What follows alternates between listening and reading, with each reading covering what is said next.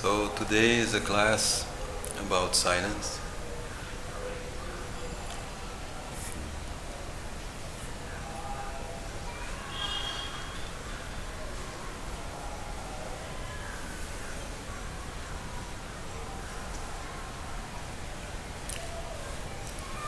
It's an easy class for a teacher.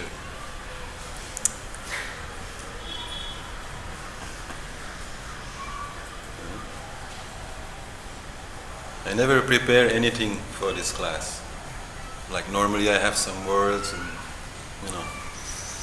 ideas, but about silence, what can you say? Anything you say disturbs it.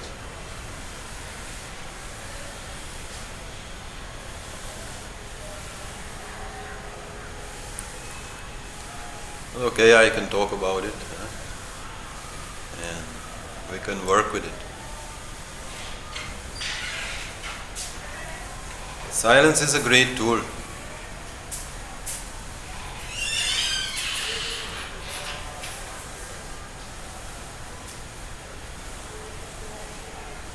It's what we really want. Shanti is silence. So basically, to practice silence means not only to stop talking, but also to stop thinking. So again, you could say all paths in yoga are practicing silence.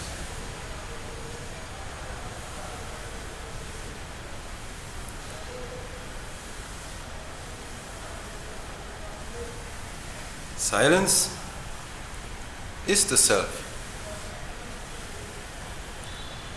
Only the self is silent. Everything else makes noise. Even a rock, when you zoom into it with all kinds of equipment, you will find makes some kind of noise.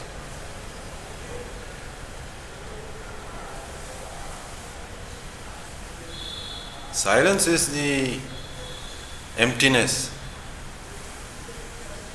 The emptiness which is full of being. We are silence.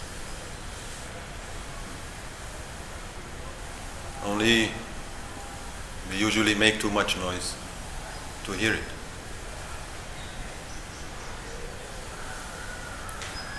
So many practices exist, like also mauna, to stop speaking for some time, are there. And true mauna really means that you stop thinking. Mauna does not mean that if you want to say something, that you take a little note and you write it down and you give it. Then better not do it. Mauna really means you step out of all communication. You understand that really there is nothing to say. So you stop. And it's really a very good practice. If you do it for some time, really you will stop wanting to talk. Some people who do mauna for maybe a month or 2 months, 3 months, they really don't want to get out of it anymore. They really very much appreciate not having to talk. It's a freedom, it's a liberation. When you do mauna and you listen to other people talk, without being able to interfere, without being able to say something to give your opinion, then you really understand how much nonsense we are all talking about. It's a great experience.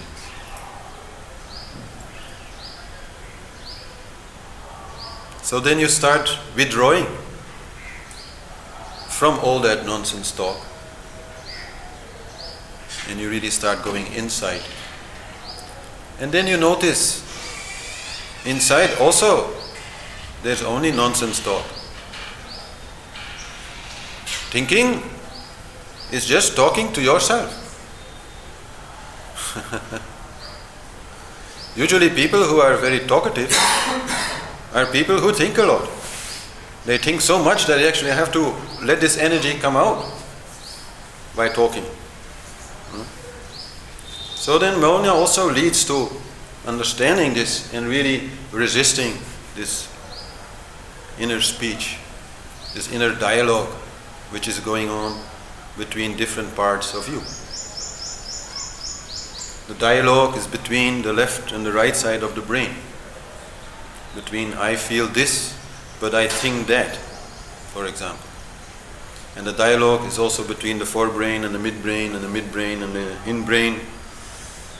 And then even between, that part and the other bodies, the koshas we've been talking about. So you really in mauna learn that. You learn the value of silence, and you learn how stupid it is to talk.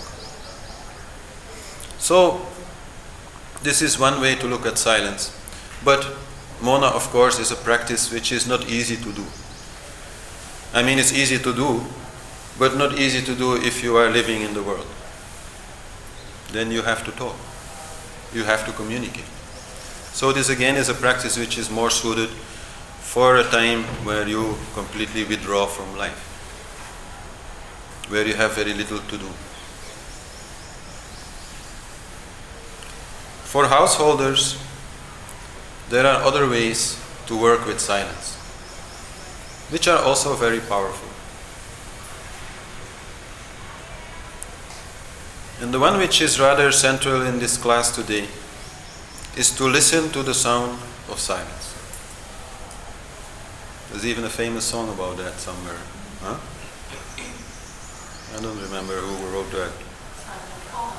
Yes, Simon and Garfunkel. Huh? Or just Simon?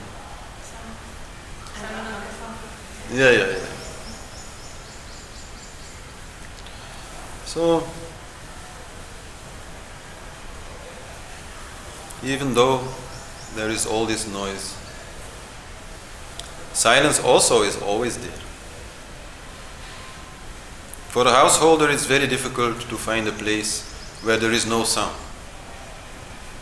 You kind of have to make a soundproof room or something, and then there maybe you find it. And even here, very difficult to find. That is why often people go and meditate in a cave, because sound is less, much less. And also actually the other sensory input is much less. There's no light, there's barely any smell. Temperature is stable, so that makes it a very good place. But it's certainly possible to work with silence, even if there is a lot of sound around. Even walking through the busy streets of Hardwar, with the horning and all the other sounds, it is possible to work with silence. And that is what I want to teach today, because it's really a very big help. You can do it again at any time, and it doesn't cost any time. So for householders, this is good business. Some yoga you can do, which does not cost any time.